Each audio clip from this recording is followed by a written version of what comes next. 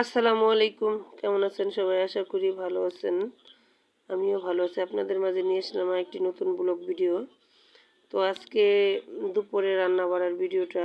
তো পায়েস পাকাইতেছি রাইস কুকারে। আর রান্না করছি গরুর মাংস।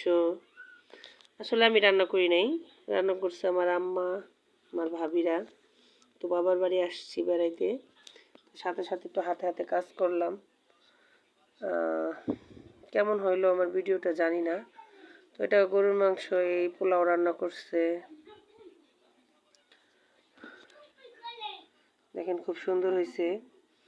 পোলাও রান্না করছে, পোলাওটা আসলে খুব সুন্দর লাগতেছে। এটা হইতেছে মাছ ভুনা করছে, আসলে এটা বোয়াল মাছ ভুনা করছে।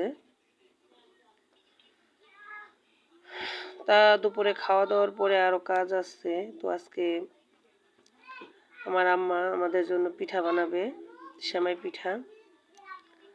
তাই এটা ডাল রান্না করছে। আর এটাও গরুর মাংসটাই আর কি ডবল করে উঠে ফেলাইছি ভিডিওটা।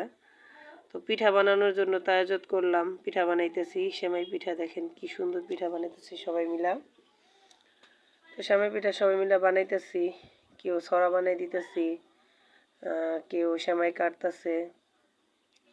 তো যারা যারা দূর দূরান্ত ভাই বোনেরা আমার ভিডিওটা দেখবেন, সবাই আমার চ্যানেলটাকে সাবস্ক্রাইব করে দিবেন, লাইক কমেন্ট শেয়ার করে আমার পাশে থাকবেন বন্ধু হয়ে। আসলে কি সবাই মিলেমিশে কাজ টাজ করলে অনেক সুন্দর হয় জিনিসটা।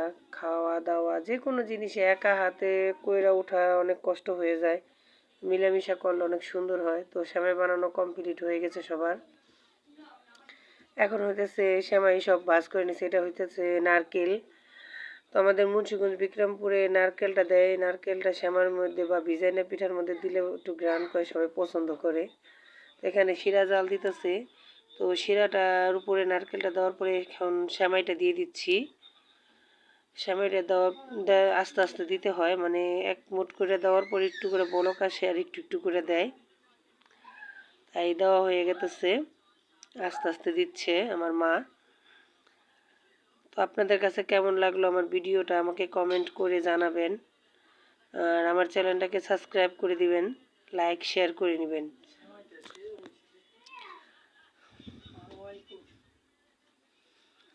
আর আসলে কি একা এক জিনিস ভালো লাগে না, সবাইকে নিয়ে খাওয়া দাওয়া করলে অনেক সুন্দর হয়।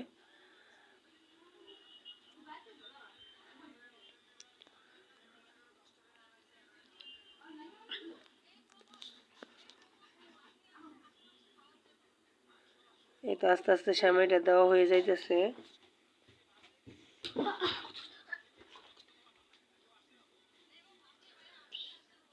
আস্তে আস্তে সেমাইটা দিয়ে দিচ্ছে। তো অলরেডি সব সেমাই দেওয়া হয়ে গেছে, এখন সেমাইটা পুরোপুরি হয়ে গেছে। এখন নামাই নেওয়ার পালা। তারপর আরেকটু আমার আম্মা চুলায় বসাইলো, একটা বলক দিবে। তো দেওয়া শেষ। এখন আগে দুধ, গরুর দুধ যেটা, ওটা আগে আমরা ঘন করে জাল করে রাখছিলাম, ওটাও দিয়ে দিলাম। দেখেন খুব সুন্দর হয়েছে। তো যারা যারা আমার ভিডিওটা দেখতেছেন সবাই ভালো থাকবেন, আর আমার চ্যানেলটাকে সাবস্ক্রাইব করে দিবেন, লাইক কমেন্ট শেয়ার করে নেবেন। আর আশা করি আমার পাশে থাকবেন সবাই মিলে বন্ধু হয়ে। দেখেন খুব সুন্দর একটা দুধ দেওয়ার পরে খুব সুন্দর হয়েছে। তবে খেজুরের মিঠাইটা এখনো ভালোটা বের হয় নাই। তো সবাই ভালো থাকবেন। আসসালামু আলাইকুম।